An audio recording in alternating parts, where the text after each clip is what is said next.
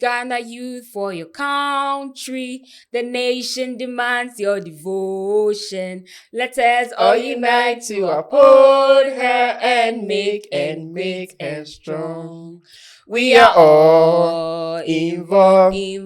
We are all involved. We are all involved in building our motherland. Hi friends, welcome back to another exciting episode of the Take and So podcast with me, Awurabena, and the native son.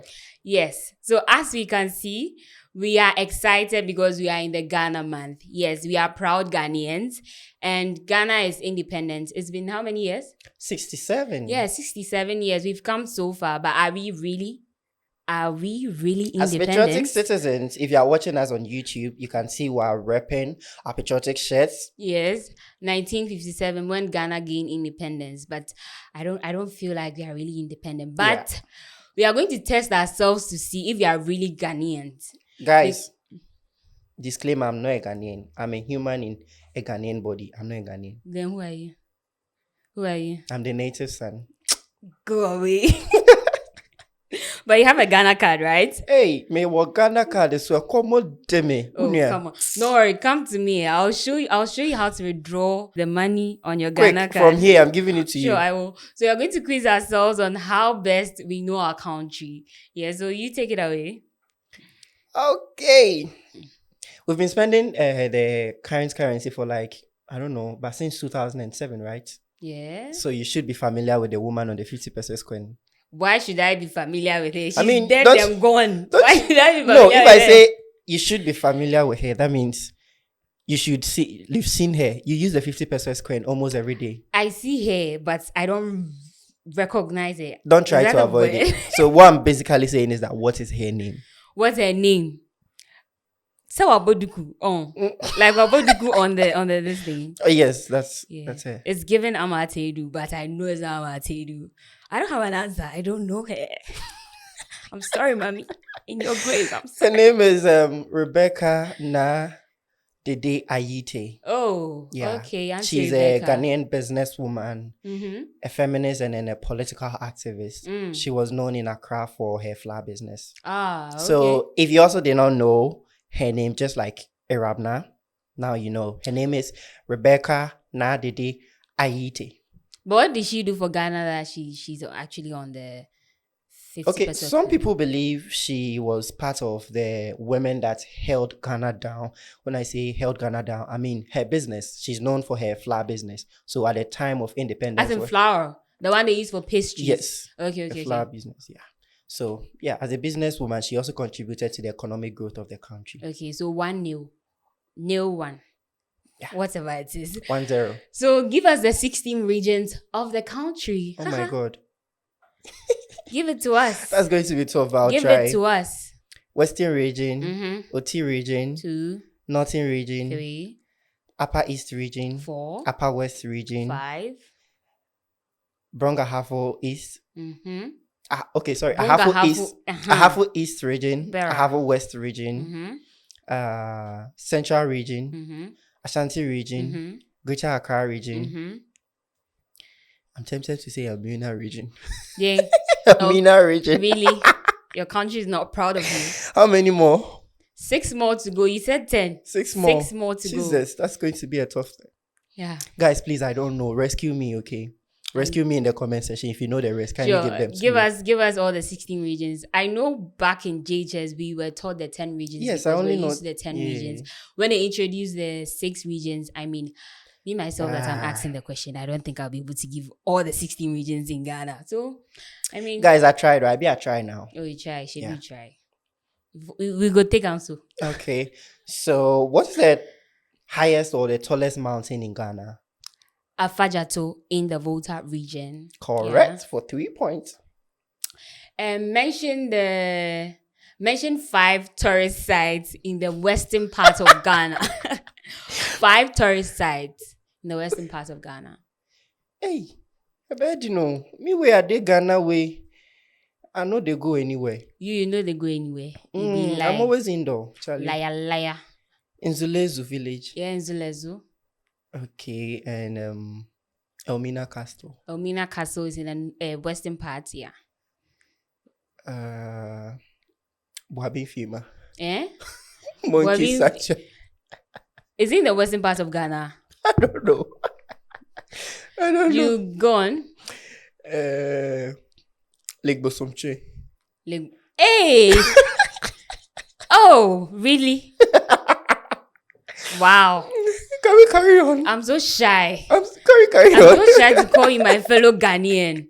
Be citizens, not spectators. Fellow You Ghanaians. know nothing about your country. Please, let's come to the end of the Ghana Man quiz.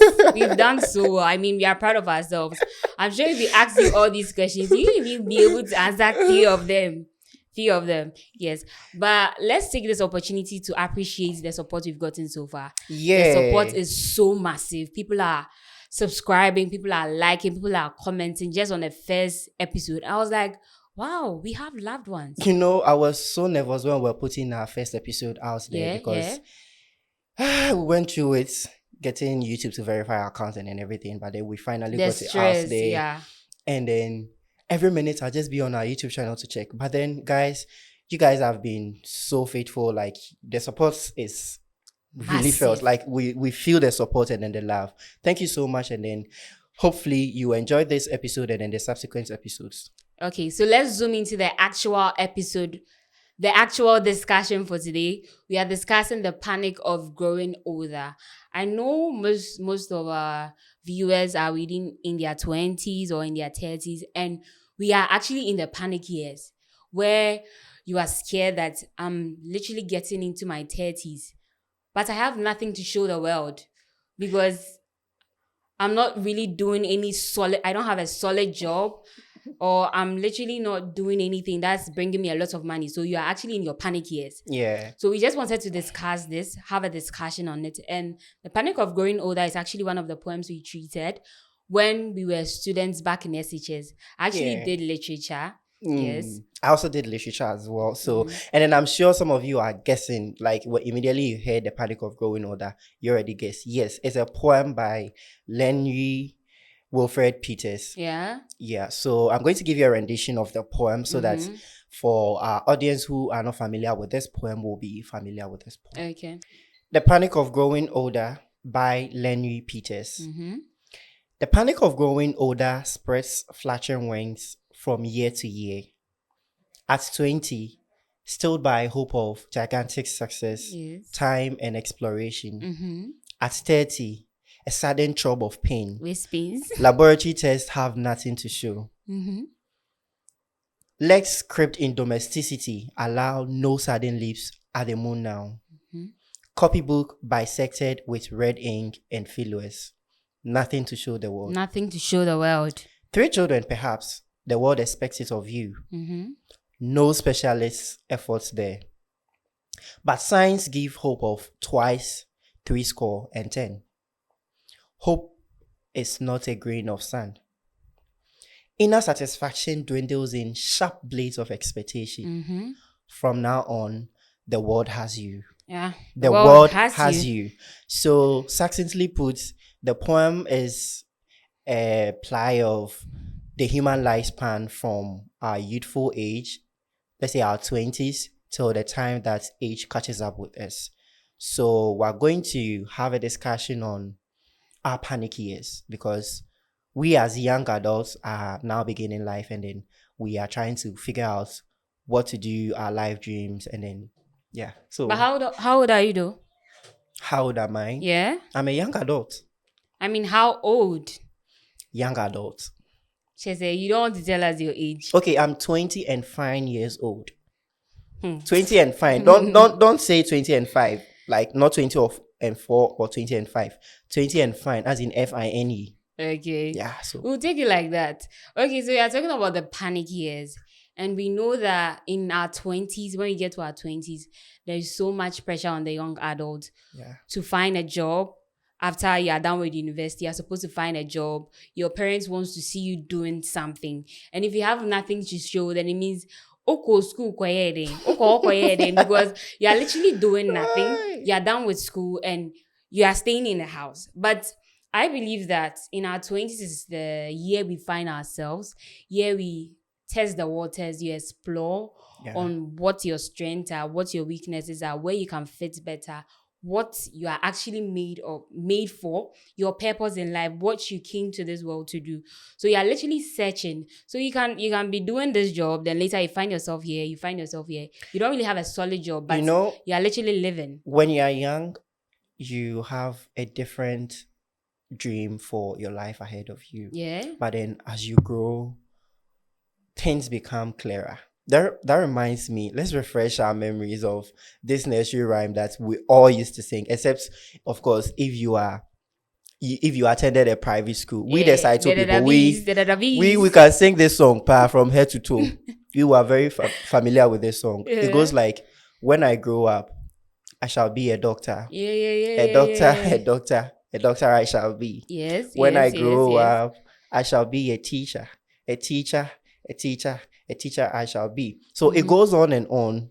As kids, we will sing about all the professions, the noble professions, because everybody wants like a noble profession. Nobody wants something that is not good, in quotes, not good. Exactly. Every mother will be proud if a child wants to be a lawyer, a child wants to be a doctor, a child wants to be a pilot. Hey. We were literally saying all those things, but we didn't know how to get there. But right now, we didn't know that the road was rough. Oh, but then I'm a pilot. I keep putting my phone on flight mode each and every time. Really? Are you proud of that? But what did you want to be when you were a kid? When we were singing in class, I would just say I wanted to be a lawyer, but then... A lawyer? Yes, a lawyer. Oh, okay. Deep down, I've always wanted to be like a superstar. I didn't know the kind of superstar. Rockstar. Yes. I didn't know the kind of superstar I wanted to be, but then when I'm in my solitude, I would just talk to an imaginary audience. I used to sing a lot, so sometimes I would sing and then later on I'll talk to an imaginary audience. So I've always wanted to be, let me say, in the limelight of society. I've always wanted to be an inspirational person to myself and in my community. So, yeah. When you were a kid? Yeah. Wow, then that's really deep. I wanted to take on the world. Really? As a child?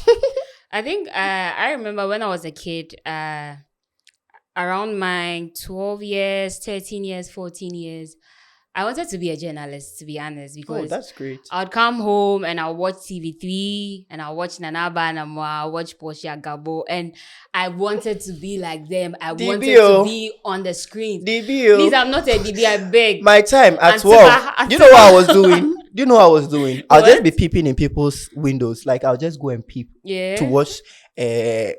Oh, that's true. Like, that's where... I'll just peep in people's windows. Yeah. If you fight with the owner, the owner's child, and then they see that you are in the window and they come to close the curtain, you are done. Right? So I actually wanted to be a journalist, and I feel like that's still my dream. I really want to get there, and hopefully in future you see me on your screens very soon. Yeah. You are doing it. So, but we have some people that when they were kids, they wanted to be doctors, they wanted to be lawyers, but now they are videographers, they are social media, they are content creators. Hey, please, disclaimer, we're not trying to, sabotage or to laugh at anybody. But no, not at all. We're trying to say that life is moving so fast and then times are changing. Like the needs of the needs of the world is also changing. So people study in school and then when they come out, they have to do something different to suit the world that we're in right now. The world needs a lot of problem solvers. So if you are solving problems for the world, that is when you are in use, right? Or so when you are noticed. Yes. Yeah. So we're not trying to say that, you've gone to study this in school and then you are this. No, we're not laughing at anybody. Not at all. But I feel like now if you go home and your mom asks you what are you? What are you doing? You say you're a photographer. That's your photo. Your mother will not understand. But do you know the money photographers are getting? Those are the new jobs that are up and coming, like content creators, like influencers, social media managers, publicists, and all those things. Those are new jobs that are up and coming. But our mothers and our grandmothers or grandparents, just know those white collar jobs, those white professions. But these jobs are up and coming, and the youth are embracing it. I want to be a bank manager. You want to be a bank manager? Yes, because those people are they are interacting with money all the time. So if you say I want to be a bank manager, they feel like, yeah, there is money in that space. But then, guys, somebody will say somebody is sweats for the air condition. It belongs in the own. So Charlie, whatever your hustle right now, it's about survival. It's about surviving. Yeah. So back to the panic years. We're in our 20s and then we're all figuring life out. Me, I'm 20 and 5 years old, and then I'm trying to figure life out right now. I would say that I mean, I'm trying. Yeah, I'm trying. But then, how far have I tried? How am I trying? How far am I going? Am I doing the right things? These are questions that sometimes it breaks me. But then, when I take a minute to reflect on how far I have come, I mean, I feel that's exhilaration in me that at least I'm trying. So I look forward to like a brighter future. Right now, I know that you are also wondering what your life dreams are. Maybe your life dream was to be a lawyer, to be a doctor, to be like any of the noble professions. But then the demands of society are changing.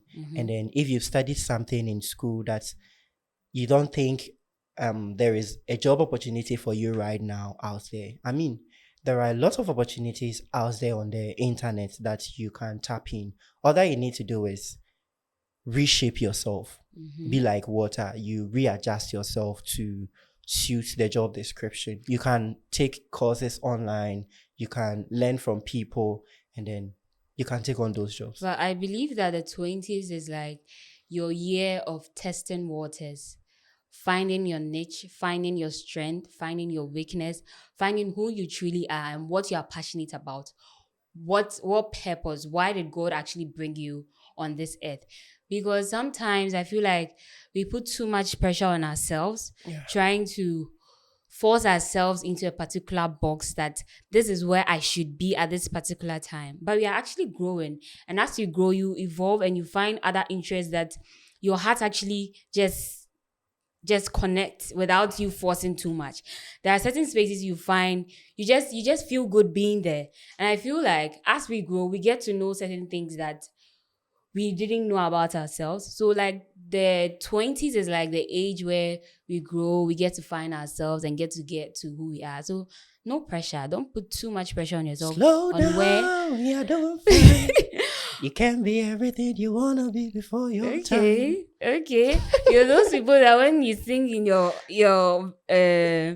sing in your bathroom and you feel like you're on top of the world, you're ruling the world. Yeah. But why do you think people put so much pressure on themselves when they are not doing what they feel like they're supposed to do at a particular age?